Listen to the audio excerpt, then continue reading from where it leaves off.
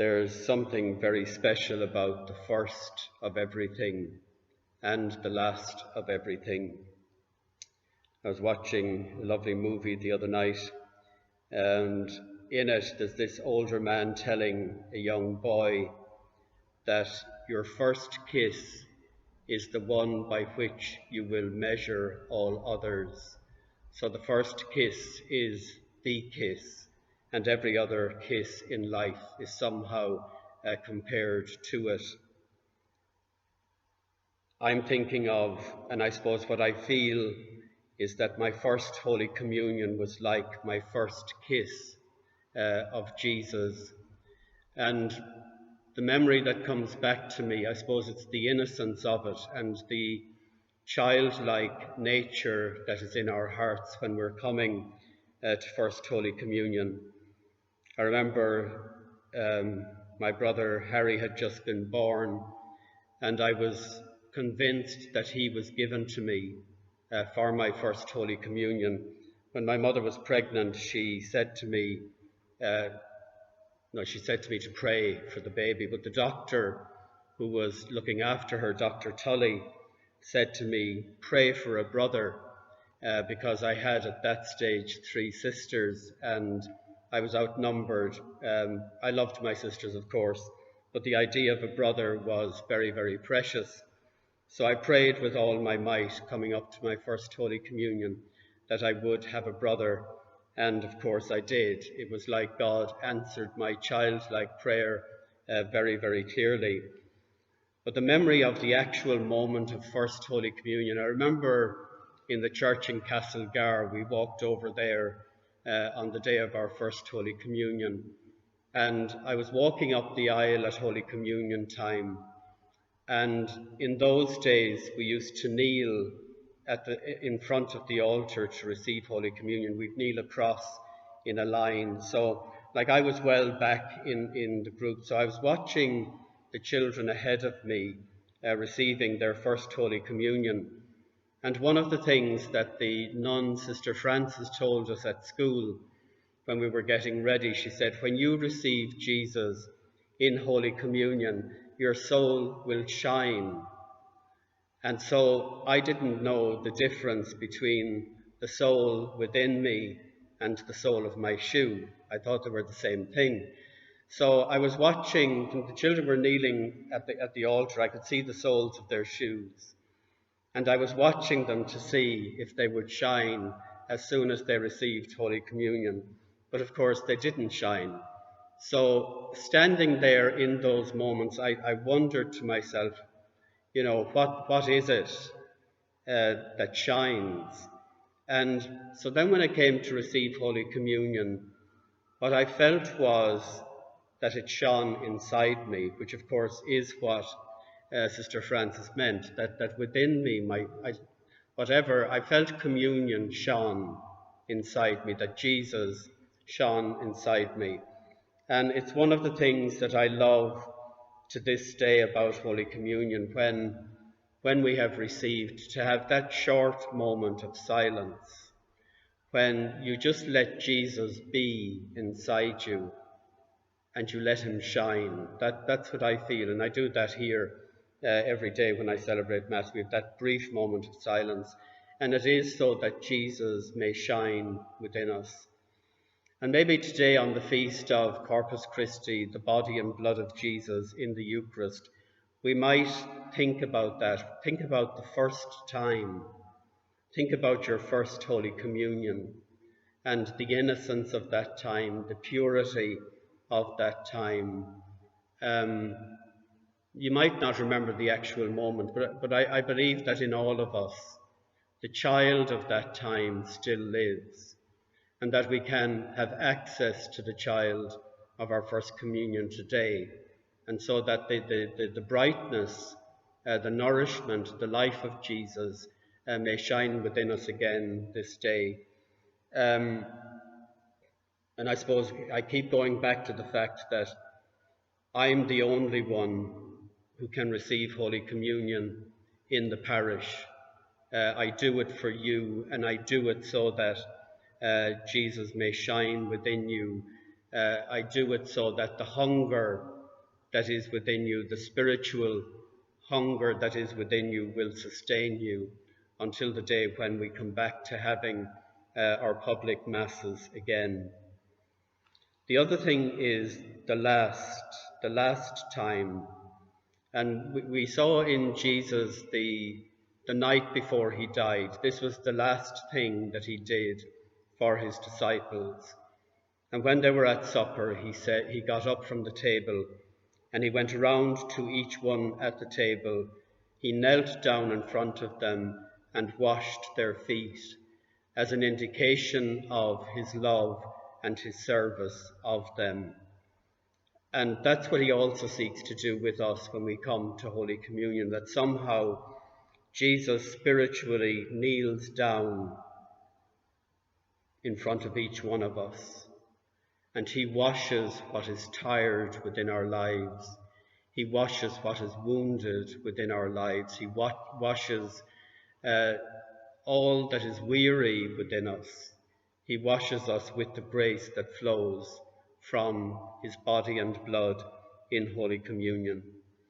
The other last thing that is in my mind is my mother's last things and her connection with the Eucharist. And again, you know, when somebody is dying, you somehow afterwards cling to the last thing that they said.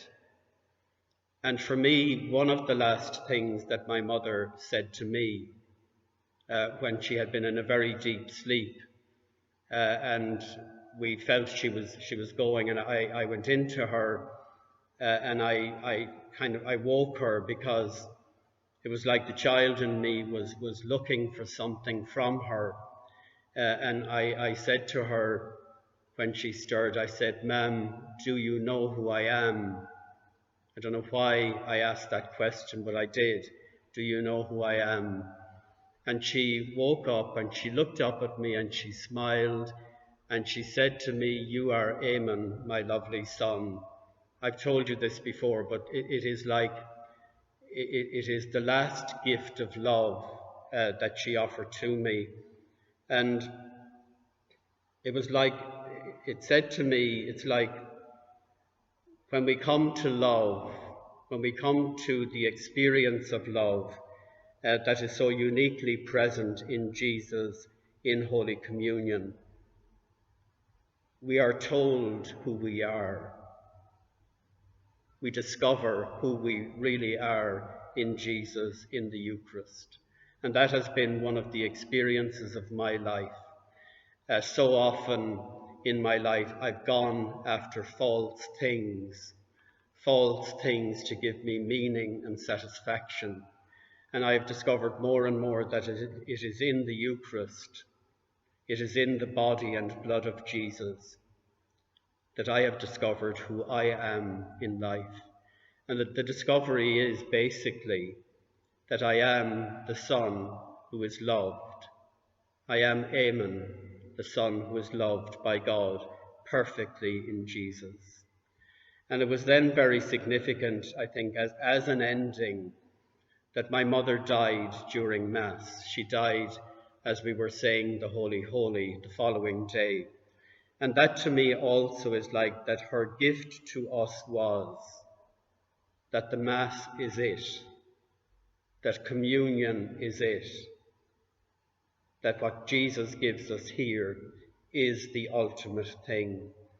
And you know, Jesus in the Gospel today says, "I give you my flesh to eat and my blood to drink." He's very, very clear about the fact that communion is his body and his blood. We find that very difficult to understand. The people in the Gospel couldn't take this in at all. How can this man give us his flesh to eat and his blood to drink? And we don't know how. But for me again, I trust Jesus absolutely. And even when I don't understand what he's saying, I absolutely trust that when I receive the bread and wine, I am actually receiving the body and blood of Jesus. I am receiving the very gift of Jesus himself. And one of the things that has saddened me during this time, I've been reading in some Catholic magazines, people talking about how valuable this is, the Mass on the internet, how valuable this is. And some people have suggested that we could just continue with this, that there's no need for us at all to come to Mass, that we can have Mass through the screen. We can have Mass through the screen in a certain way, but we cannot have the body and blood of Jesus. And so the real thing is that we are waiting to come back to this, to the body and blood of Jesus. And maybe one of the lessons for those of us who believe is the actual importance of the body and blood of Jesus in Holy Communion. Maybe our spiritual hunger has been so heightened that we know what we're missing, that we're missing the very reality that gives us life. There is a particular way in which we receive life through Holy Communion that we cannot receive anywhere else or from anything else. Jesus is, of course, able to come to us in all sorts of ways, but there is a particular gift in Holy Communion that cannot be given in anything else in life. And so, out of reverence for the gift of Jesus, I believe that it's very, very important that we come, and that we yearn for the moment when we come back to the altar to receive the body and blood of Jesus. And the important thing is also that we receive, that it's Jesus we're receiving. So what does it matter if, when the time comes, I have to wear a mask when I'm giving you Holy Communion? It may not look well, but the reality will be what comes from my hand into your hands is Jesus. No matter what I'm wearing, no matter what you're wearing, this is it. This is the reality. So let's focus on the reality. Jesus, who is giving himself to us in this way. Jesus, who is at this time giving us a hunger that desperately needs to be satisfied and will, in its time, be satisfied. So maybe we can go back to the child inside us. Whether you can remember your Holy Communion or not, just go back, go in here to the child and to the innocence that is inside you. To that innocence that trusts, the innocence that does not ask any question, but simply receives and is filled. The innocence that has no barrier, no resistance to the reality of Jesus in Holy Communion. To the innocence that has the capacity to be truly transformed as the bread and wine are truly transformed in the consecration of the Mass. And let's come to that discovery again of who we truly are in Jesus.